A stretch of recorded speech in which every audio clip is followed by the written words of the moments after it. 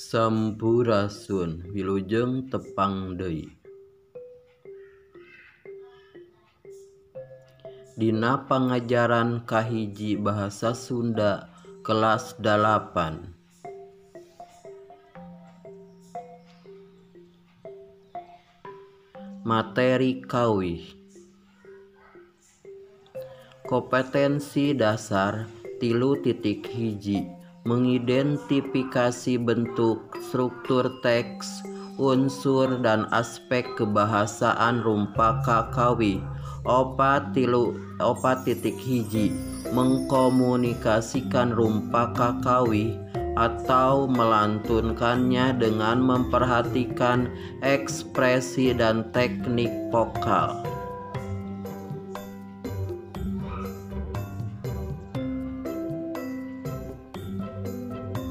Struktur teks rumpaka kawih. Kawih teh sabangsa dangding anu teu make patokan pupuh, mangrupa sekar anu kauger ku embat atawa tempo, kalawan rumpaka anu tangtu.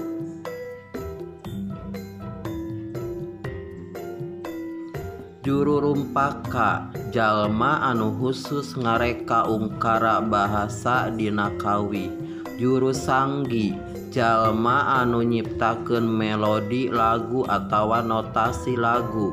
Rumpaka sair lagu.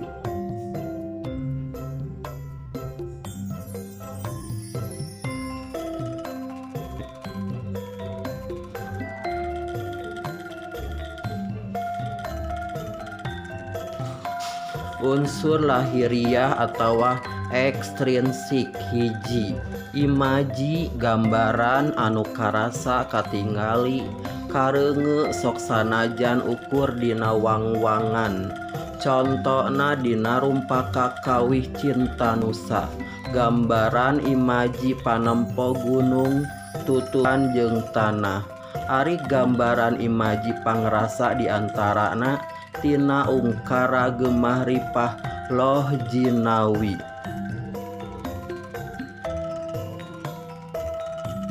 Nu kadua, simbol atawa lambang, mangrupa hiji barang atawa hal anu nyata saperti warna, kajadian alam jeung anu bisa digunakeun pikeun ngagambarkeun kahirupan atawa kaayaan hate manusa. Contona dina rumpaka kawih Cinta Nusa ngagunakeun ungkara gaya bahasa metafora, hejo ngemploh, subur pajangkung-jangkung, tatangkala nutup gunung, pikeun ngantepkeun maksud kaayaan alam Indonesia anu sakitu suburna.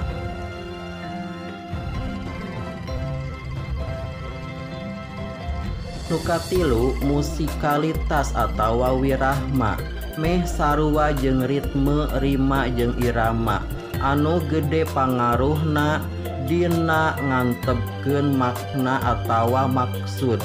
Sangkan ngawirahma digunakeun purwakanti, guru lagu, guru wilangan, jumlah padalisan.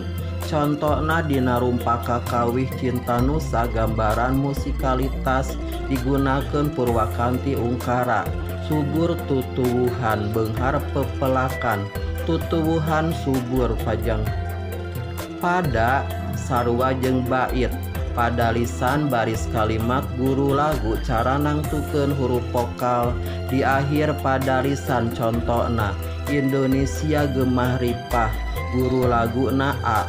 Guru wilangan cara nangtukeun jumlah engang atawa suku kata dina tiap padalisan. Contohna Indonesia Gemah Ripah, suku katana aya 8.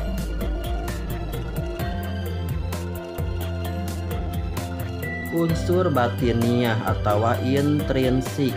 Anu kahiji tema, mangrupa pokok pikiran anu hayang ditepikeun ku pangarang kanu maca atawa ngaregepkeun ngaliwatan hasil karya sastrana. Contona dina rumpaka kawih Cinta Nusa, eusina papatah yen lamun enya mika cinta kalemah cai, urang kudu geten miara alam. sabab alam subur bakal mere manfaat kana kahirupan urang.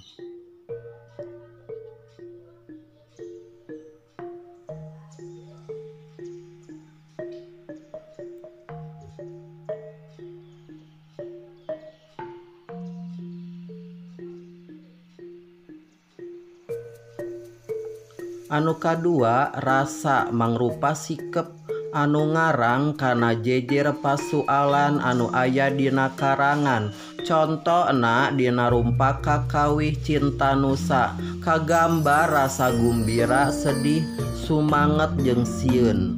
3. Nada mangrupa sikep anu ngarang ka anu maca atawa ka dirina sorangan, diebrehkeun jeung rasa. Contona dina rumpaka kawih cinta nusa, nada pikeun ngagambarkeun rasa gumbira jeung sumanget, estu naik gancang jeung ngagedur.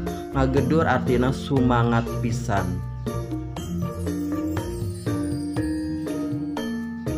4. Amanat anu hayang ditepikeun ku pangarang kanu maca atawa ngaregepkeunna. Salah sahiji tujuanna dipihareup kamajuan parobahan dina hirup kumbuhna.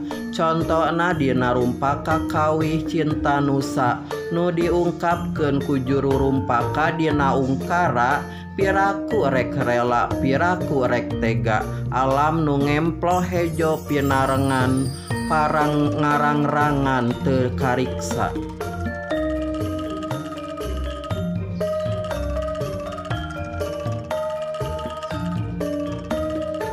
Pancen sok ayeuna pigawe pancenna. Bagian A, pancen pengetahuan. Silahkan simak kawih Tanah Sunda. Pertanyaan kahiji, teangan 2 kecap ieu hartina cari dina kamus. A. Sawawa, B. Toweksa. 2. Caritakeun deui eusi kawih Tanah Sunda make bahasa sorangan dina bentuk prosa atawa dongeng. 3. Naon amanat kawih Tanah Sunda teh? Bagian B, pancen keterampilan. Sok kawihkeun kawih Tanah Sunda. Hasilna divideokeun, kirim kana GCR.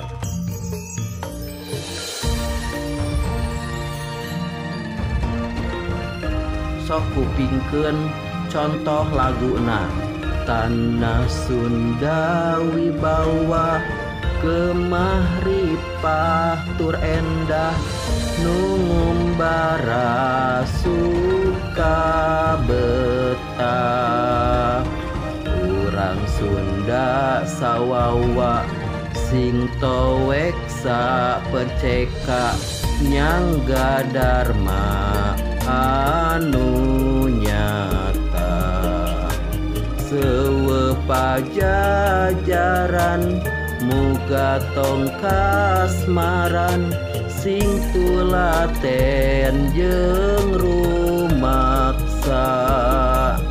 Nyiara pakaya memang sawajibna, geten titen rumawa tanah pusaka.